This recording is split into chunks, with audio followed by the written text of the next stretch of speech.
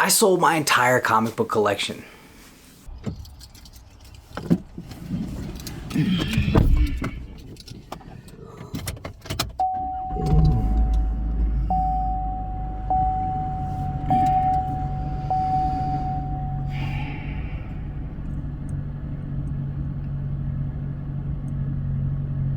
.30 a.m.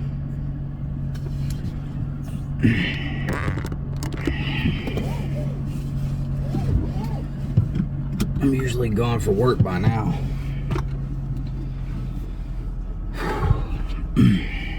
Thought that was going to be a lot worse.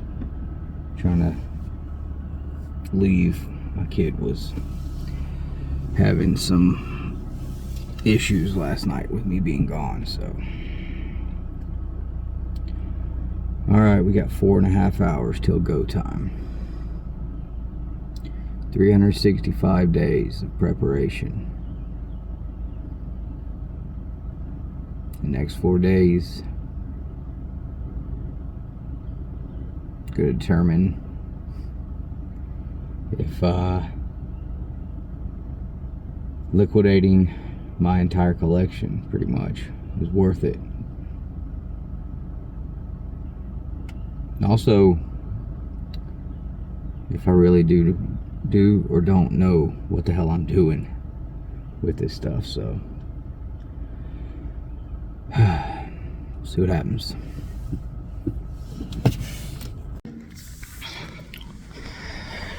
All right, day one. It's a little after 7:30. No breakfast. Headed to the show, see what we can find. Hoping for something today. We gotta have something. It's about 11 o'clock, Friday night, official day one of the con. If I had to guess, I feel like today was a monster success. I think I found the right books, got them at the right prices to achieve my goal that I need to achieve. I feel really good about it. And the best part is, I've already, if everything grades out what I'm estimating it to grade out at,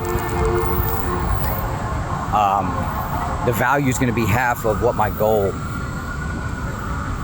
is for the outcome. My goal was to take 10 and turn it into 30, and I got a shot at having turned 4.5K into almost 16, so I would call that a success. I got 4,500 left. I've got about $4,000 worth of books sitting on the wall at my buddy's booth, so hopefully tomorrow I can make it happen again. I've only been through half the show, spent half my money. I'm halfway to my goal, estimated anyway. So as of right now, very happy. Just got done hanging out with all of the YouTube comic folks that I've known for several years but never got to meet in person.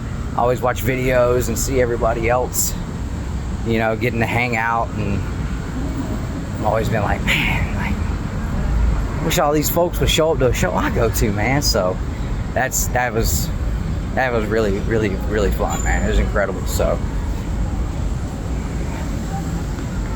but it's about 11 o'clock. Headed back to the hotel because I was the first one on the show floor today. And I plan on being the first one on the show floor in the morning. I was up at 4 o'clock this morning.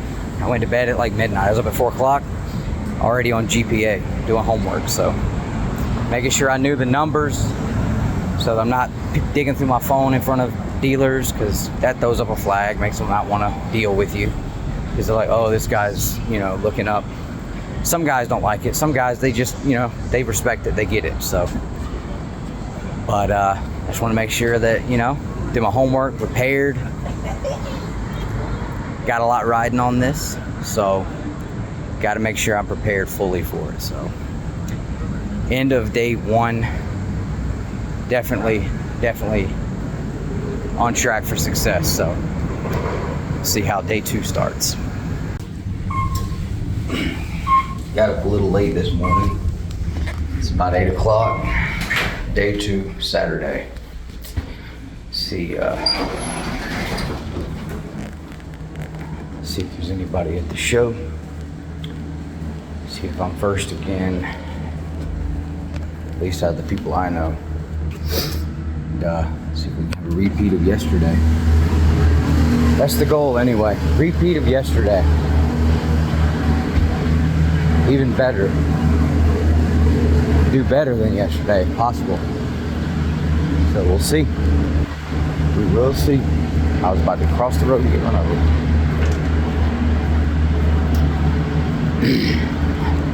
Got about 6 hours in last night, sleep-wise, which is about normal for me anyway, so.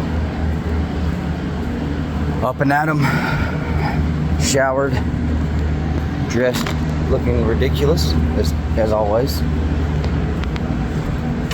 Let's go make this money, baby. Let's go make the money. Just realized that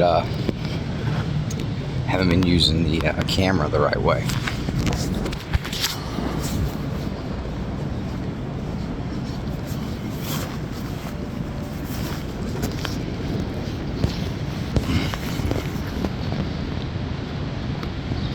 So it's day 4, last day of the show.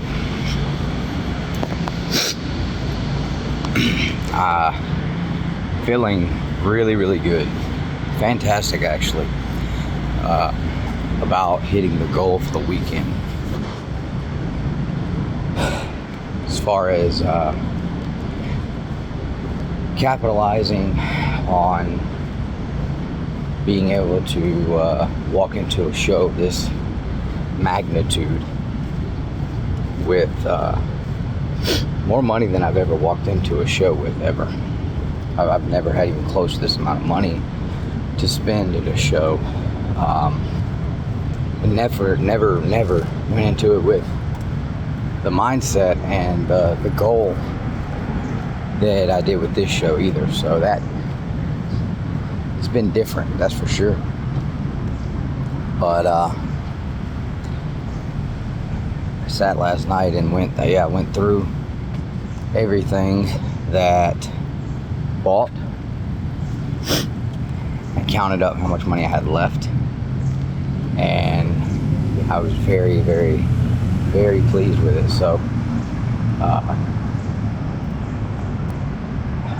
gonna go in for a couple of hours this morning, and we'll see what happens. Even if I don't pick anything else up, I mean, it was a tremendous success for me as it stands right now. Now, I do still have to hit the grades that I've estimated on these books, and then I have to sell them. Once that's done, then I will be looking at this as a tremendous success for sure. That's when the celebrating happens. But step 1 was to put myself in a position to have the opportunity to do what it is that I needed to do. Step 1 was to put myself in a position to be able to capitalize on this show. I did that. Not without great sacrifice of, like I said, of my entire collection almost, but that was step 1. Step 2 was coming to the show and putting in long hours for 3 straight days and finding the books that I needed to hit the mark that I had set. And not having them graded yet and all that as it stands right now, I feel like I 100% hit the mark with every book that I picked up. So I feel like step 2, you know, finding the right books, I feel like I did that for sure. Step 3, get these books home, press and clean them, do what I do on them, get them graded, and get them sold. Finish strong. That's step 3. So, unless something drastic happens in a couple of hours that I'm going to be at the show today, because I'm not going to be here long. Unless something happens drastic, you know, I pick up something crazy. Probably not going to be filming the next part of this for a couple of months anyway, at least. So, but yeah, I mean, I didn't even spend everything that I had. I spent right at almost exactly half of the money I came in here with, and about, I don't know, 2,200 of that was on books that I'm keeping. So I couldn't even, I couldn't be happier. Literally could not be happier. I spent half the money I came here with, and then half of what I spent is for books that I'm going to keep. And with my anticipated, you know, profits margin on it, it's incredible. So, like I said, the work's not over. It's the easy part's done. Now I've got to get in here and I gotta make these grades. Gotta make these grades happen. So we'll see how it goes. I'll start working on these books when I get home this week, and as they come in, I'll document that, and you know, we'll continue to do the videos.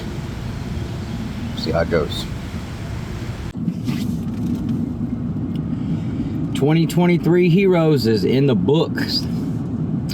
What a weekend, man. I spent the last 365 days thinking about this weekend, preparing for this weekend, and it absolutely delivered on every front.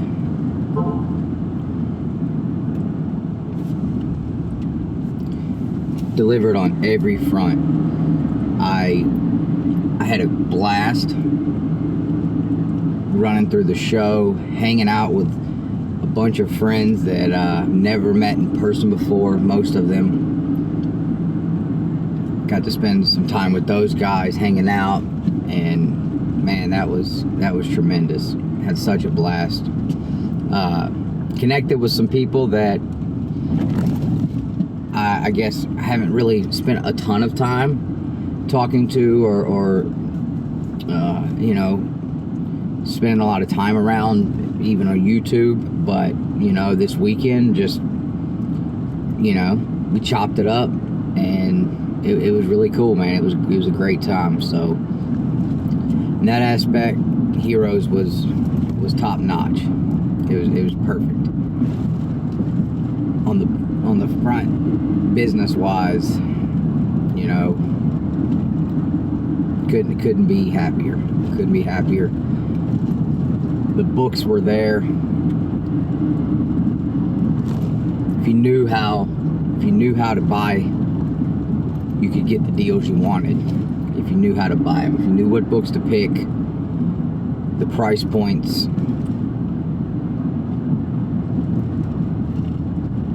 I mean, I guess not everybody is pressing and cleaning their own stuff, so that's one thing. But you know, as someone who's pressing and cleaning my own stuff, I was able to find the deals and see the potential. You know, you can pay up for a book if the potential is there for something greater.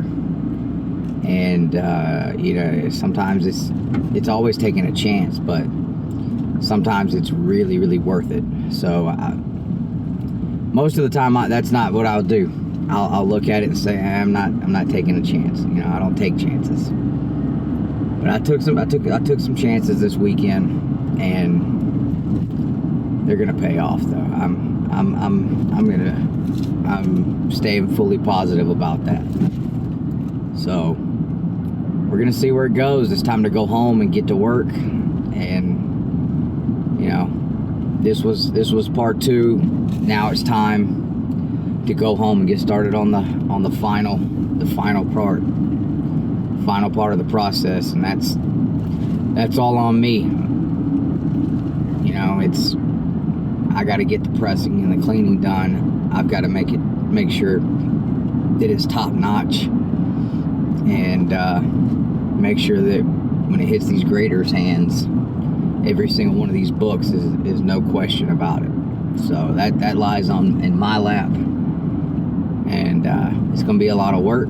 It's going to be time consuming, but I'm excited to get in there and get started on it. So that is the end of Heroes 2023. In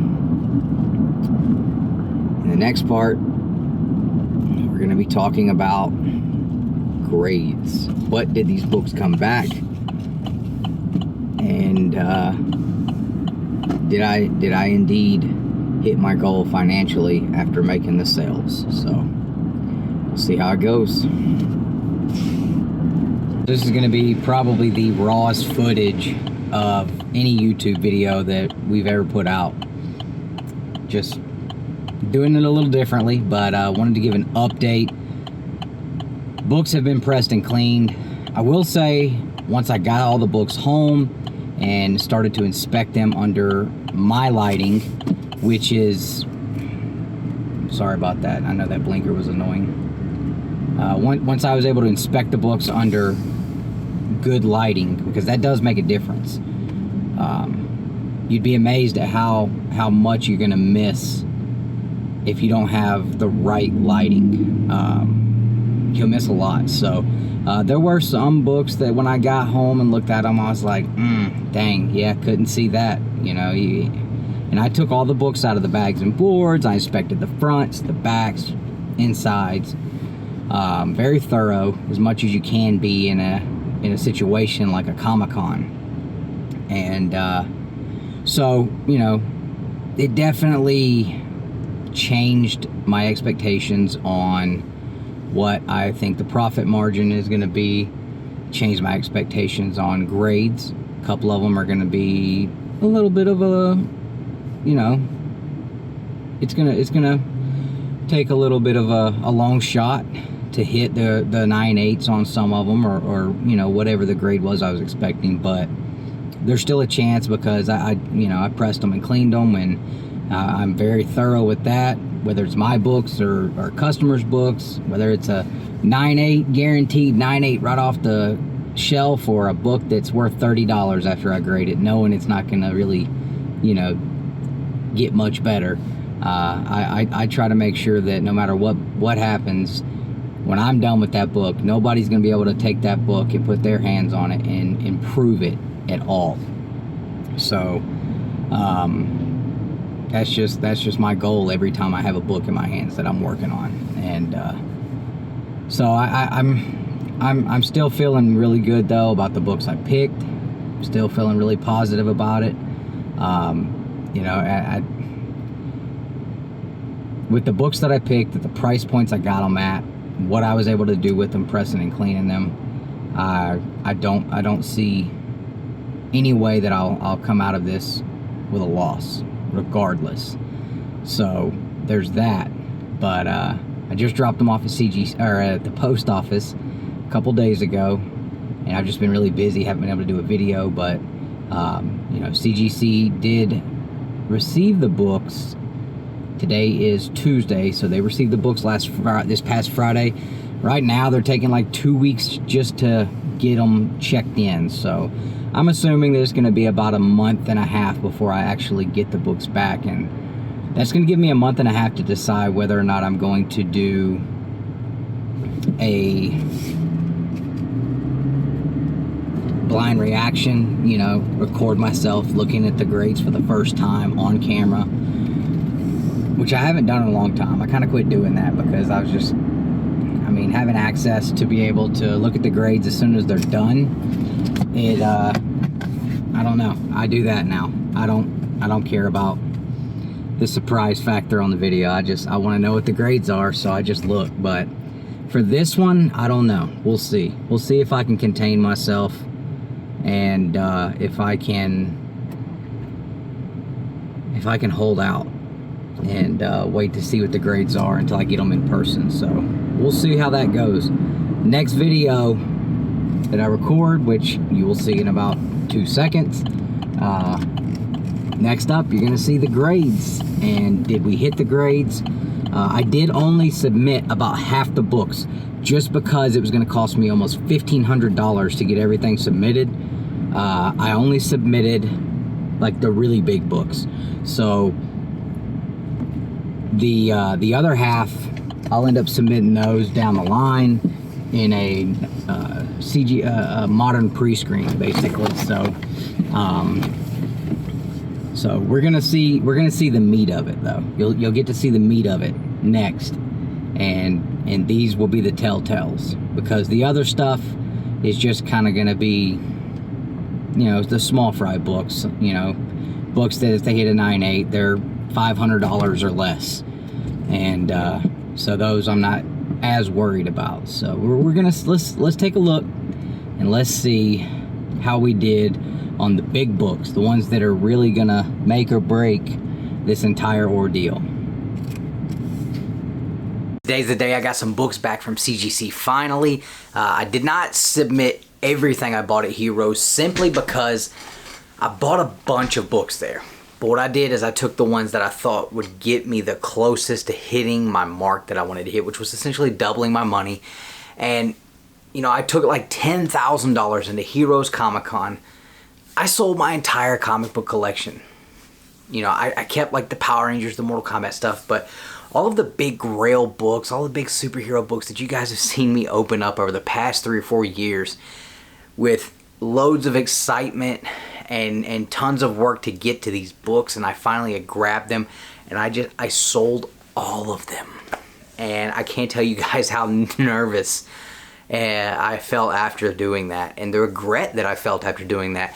Now, I knew that this was going to be for the greater good, not only of, you know, the greater good for my comic book collection overall, but for me, for my family, taking a shot and taking a chance on me and my skill set that I've been able to build up to put my comic book collection and my family in a totally new situation. Sorry, I know I'm stumbling a little bit here, but I'm just trying to think of the best way I can put it so that you guys like understand, like, you know, it was a big shot, but the potential outcome, you know, I could not let it pass by, and I knew Heroes Comic-Con was going to be the spot. That was my single best chance to make this happen. It was my only chance. So I took the shot. I sold everything. I walked into Heroes Comic-Con with $10,000 cash in my pocket. Now, I did not spend the entire $10,000 at Heroes. You know, I bought probably $2,500 worth of books for myself.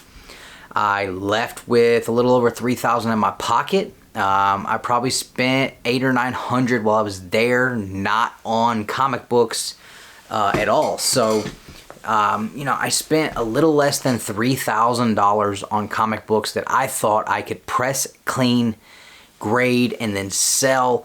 And I really wanted to try to get to around 20 grand.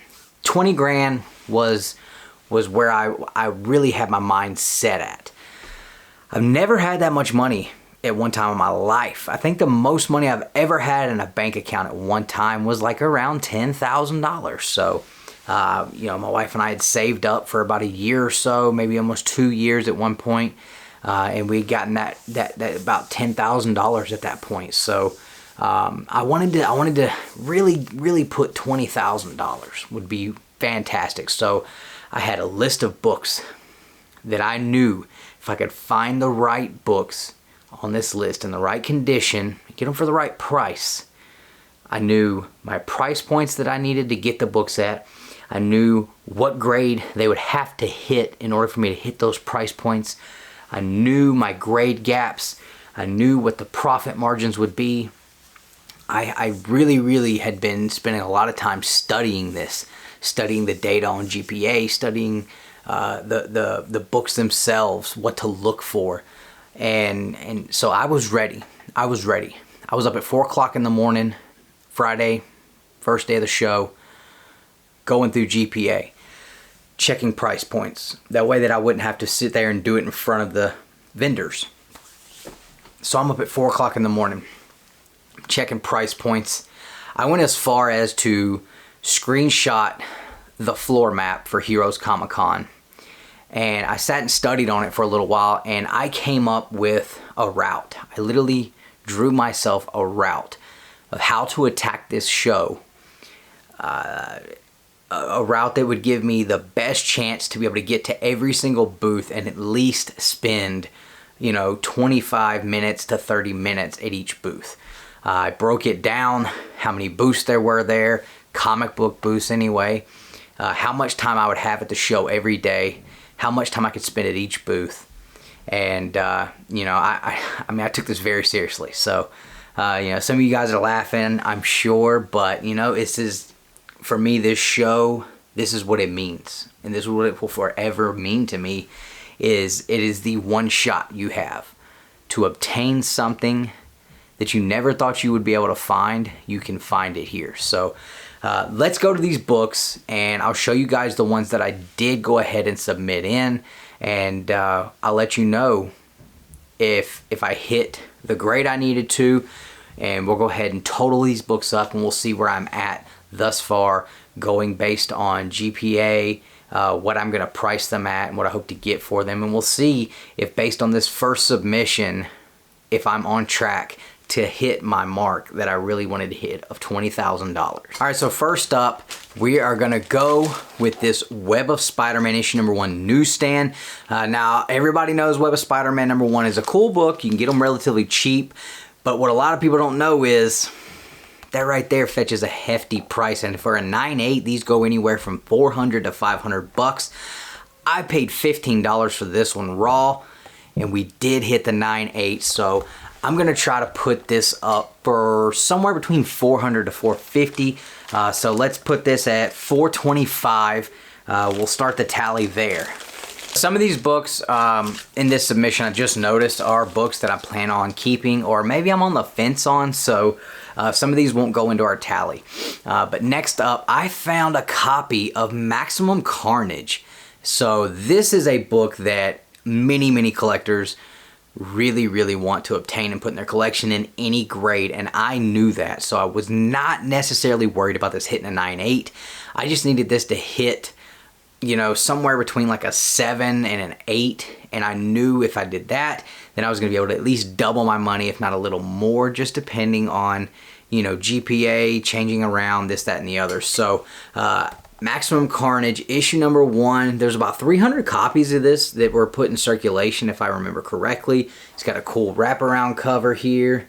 Let's see what the grade was. We hit a 7.5 on that guy, White Pages. Like I said, this is not a book that I really had to hit a 9.8 in. I was not concerned with hitting a 9.8. I knew it would not hit a 9.8. We had some issues going on down here with this corner.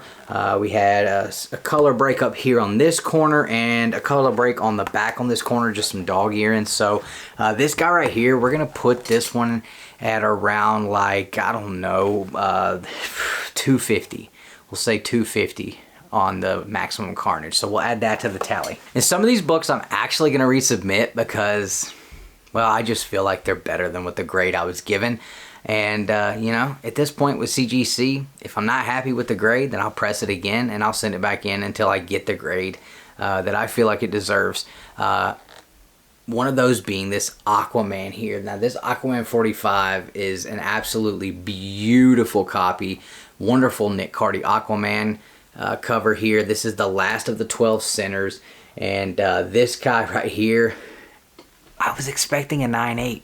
I really was. I was expecting this to hit a 9.8. We hit a 9.4, so this is one that is 1,000% getting sent back to CGC, and I'll do a later video showing if we got the 9.8 finally. I could almost be okay with a 9.6, but I refuse to believe that a 9.4 is as good as this book's going to get. It is that nice. Next up, we've got a little bit of Marvel horror from the Bronze Age, some John Romita cover art here for this Dead of Nights issue #1 from Marvel Comics. I bought this for about $75, $85, something like that. It's a 9.2. And I felt like it looked pretty good. So now I will tell you guys, although some of these I did miss because the lighting inside of the Comic-Cons is obviously not going to be as good as the lighting that I use here in my comic pressing and cleaning room. That is where I'm filming right now, and I have some heavy duty lighting in here. So, you know, that definitely changes the way a book looks once I get it home. But anyway, I was thinking that I might could pull a 9.8 out of this guy. So we have the old 9.2 label here, and we were able to get to a 9.4. So we did miss the mark a little bit on this guy. But you know what? It's okay, because even at a 9.4, I'm gonna do a little better than doubling my money. I think this goes for about like $200 in a 9.4 or something like that. So we'll just add $200 to the tally for this guy.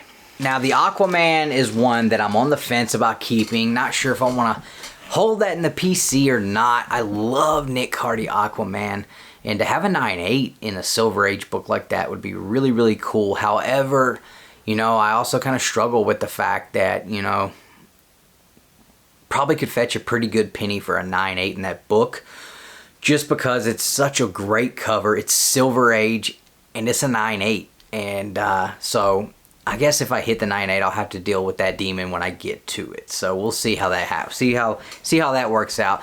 But moving on, we have Swamp Thing issue #9. This is absolutely the best Bernie Wrightson Swamp Thing cover ever. This is actually probably my favorite Bernie Wrightson cover in general. Not that I am some, you know, big aficionado when it comes to Bernie Wrightson, but when I think Bernie, this is the cover I think. I have a t-shirt of it, love it. But every time you find this book is beat up badly. It's always beat up. Never find a high grade copy.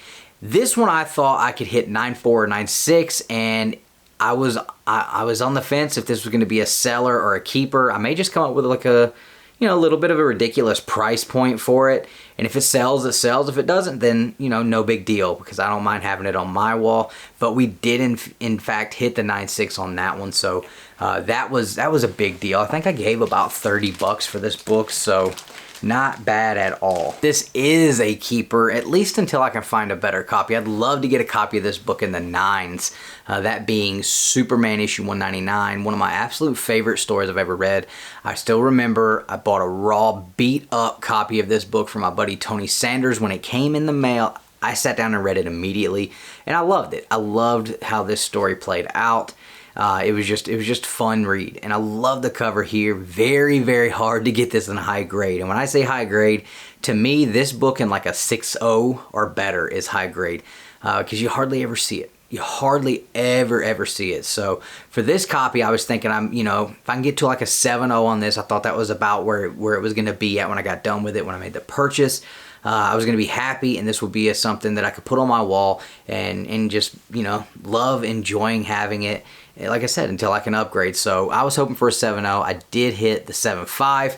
I do believe when I wrote my notes down, pressing and cleaning this, after I got it completely done, I was like, you know what? I think this might have the legs for a 7.5, maybe an 8.0, just depending on how the graders grade a couple of little, things on there. There was some issues around the staples there that sometimes they'll let it go, sometimes they won't. So you just never know until you get it back. But I do think a 7.5 is dead on the money for this one, so I'm happy with that. And I'm gonna put it on the wall until I can find a nicer one. Next up, this one probably wasn't the smartest purchase in the world. And I bought this while at Heroes Con, but I didn't buy it on the show floor. This was an Instagram purchase while I was at Heroes Con, but it did come out of the same funds.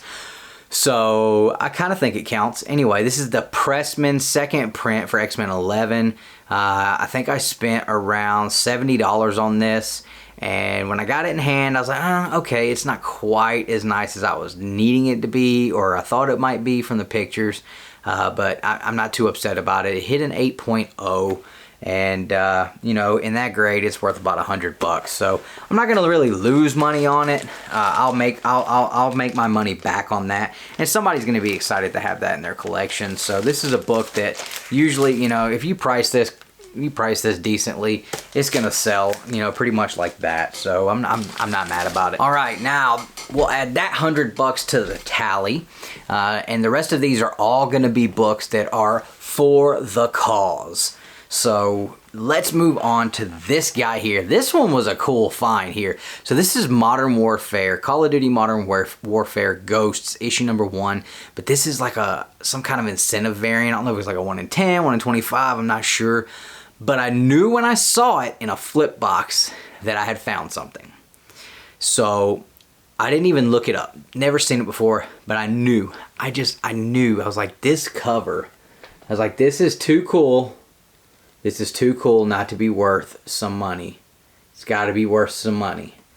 And so when I got back to the hotel, I was looking at it, and I did see some comps for like $1,100 and $950, you know, so around $1,000 book. I was like, okay, cool, you know, if I get a 9.8 on it, you know, I'll definitely put it up lower than those comps. Maybe I'll get mine sold. It'll do pretty well. We did hit the 9.8. I won't drag that out. So we hit the 9.8. However, by the time I got this book back this week, one of the guys that had theirs, I think it was the guy that had his marked at $11.50, he took a really, really, really low offer. Now, mind you, there's only 2 copies for sale on the planet. So this guy took an extremely, extremely low offer, and it sold for what I thought was just a crazy low price. So then the other guy drops his down to that price. I was like, y'all do what you want to, but I'll hold on to this one because I'm not selling mine for that low. This census on this book is incredibly, incredibly low. So, you know, for me, you know, I'd like to get around $500 out of this book. That's about where I'd be on this one. So, Call of Duty Modern Warfare number 2. This is the first appearance of Call of Duty. You know, this is the first Call of Duty comic book ever. So, pretty cool, man. Pretty cool book here. Kevin West art, based on the character from the video game Call of Duty Modern Warfare 2 by Infinity Ward and Activision. And yeah, I mean, it's just an awesome cover, man. Absolutely beautiful. So, we'll see. We'll add 500 to the tally. And if I get it, you know, eventually I'll get it. I'll get close to it anyway. But, you know, I think this is a book that somebody's going to want. And, you know, we'll see what happens. Next up, now this was one of those that when I was at the show looking at this book, it looked way better. Partially due to the lighting. Actually, it was all due to the lighting. But once I got it home, you know, it kind of let the wind out of my sails a little bit because this book here in a 9.8 was moving for close to $8,000. That being an Aliens #1 first print from 1988, a year before I was even born. And I really thought this had legs for a 9.8. I paid under $100 for it, so I was right at my price point. This was a book on my list to be looking for. When I got it home, I was like, yeah, we're probably looking more like a 9.4. And that's exactly what it hit, 9.4. So 9.4s on these are selling for like, I want to say around, I can't even remember, man. Somewhere between 200 and 400, I think, if I'm correct. So I just checked. Yeah, it's like around like a 200 to 250. So, you know, 9.4, Aliens #1. So even hitting the 9.4, I'm not going to get the major payday I was hoping for originally, but it will make money. So, you know, not a bad deal. And this thing definitely had some issues. All of these books were books that I had to press and clean. I had to put work in on them.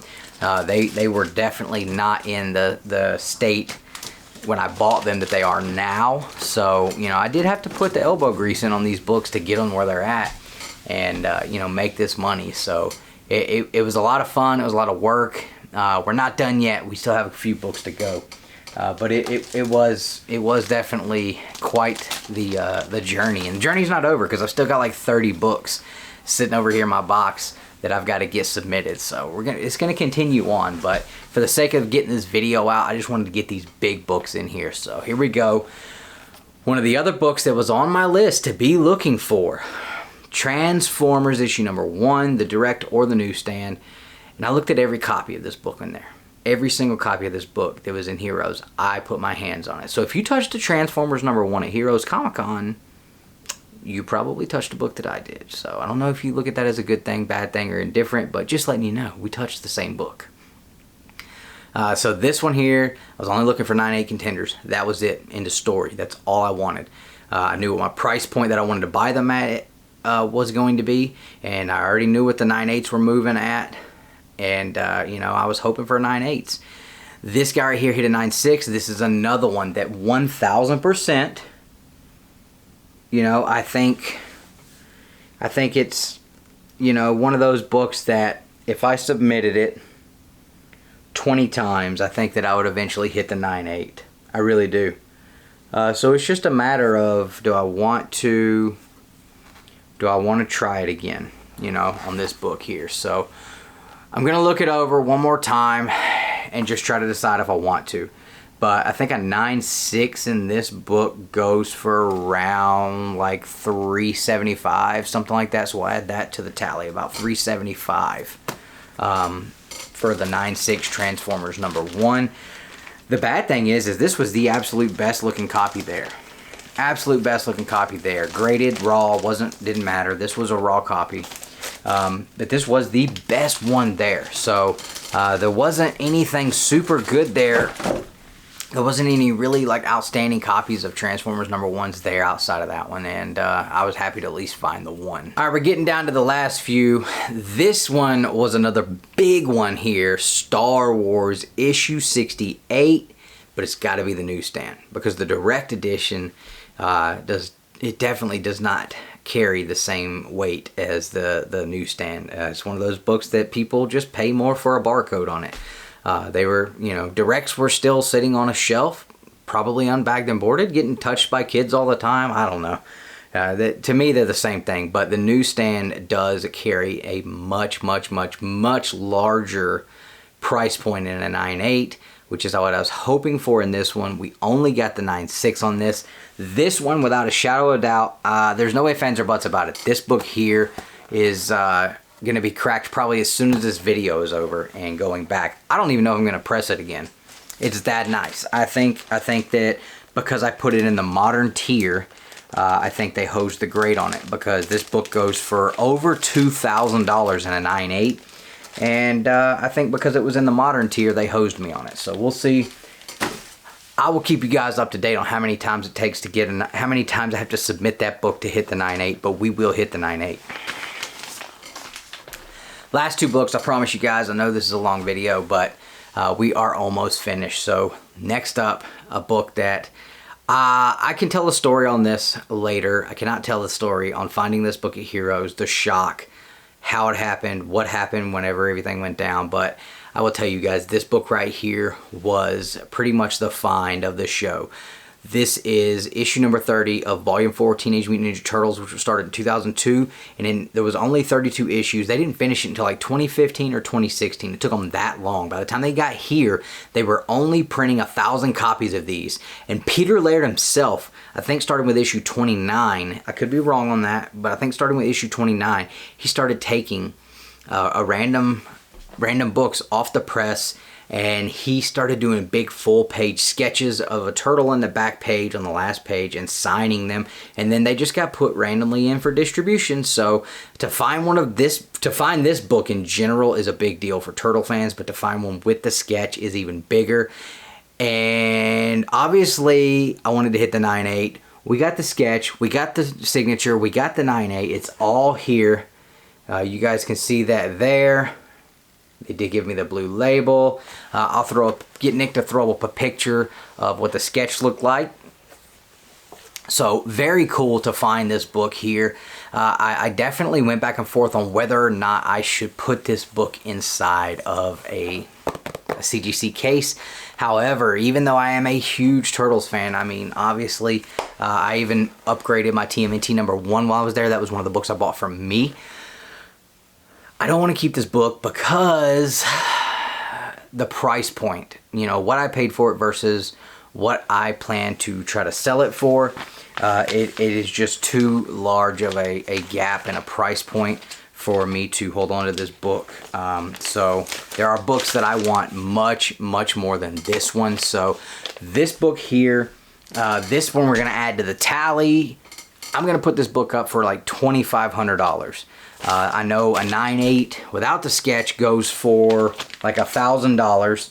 So, you know, being that there's very few with these sketches and the signature in there, that to me adds a lot of value to that book. So, being Peter Laird too, because he doesn't sign books anymore. So, you know, we'll add $2,500 to that tally there, getting us closer and closer to our mark that we want to hit. Like I said, you know, some of these, whenever I thought about the 20 grand, I thought I was going to hit it. I thought I was actually going to exceed it. But, you know, a lot of that depended on, like, the Aliens hitting, the Transformers hitting, the Star Wars 68 hitting. Some of these books did not hit the mark. So, some of them were going to resubmit. Some of them were not going to be able to do so. And I'm okay with that because I walked away from the show with some big books. I do still have one more. But I did walk away from the show with some cool books, and if nothing else, I'll at least have gotten some really cool books in my collection, brought home 3 grand, and I think I'll be able to at least get to 10 grand off of what I bought to press, clean, and sell. So that's still a major win. The last book, the big boy. I bought Star Wars issue #1 in an 8.5. So you guys see that 8.5 white pages. You guys may think I'm crazy, but I bought this book. As soon as I walked up and grabbed it, I looked at it, I was like, yeah, that's a 9.8. I'm putting a 9.8 on this. You guys may think I'm crazy, but an 8.5 to a 9.8 is actually not even the biggest jump that I've made. I've taken a 7.5 Canto #1 to a 9.8. I don't know if I did a video on it, but I did that. I did do that. So, but this book was so clean, and I could see the issues that caused it to be an 8.5, and I knew I could get rid of those. So this book in an 8.5 cost me somewhere between $200 and $220. So we'll just say like $215 I paid for this book. Now in a 9.8, this week we had a high sale when it hit the Hot 10 list of $4,700. So major jump. But we have to hit the grade first. We cannot count our chickens. We cannot put things on the tally until, you know, we actually hit the grade. So do you think I hit the 9.8 on this one from an 8.5?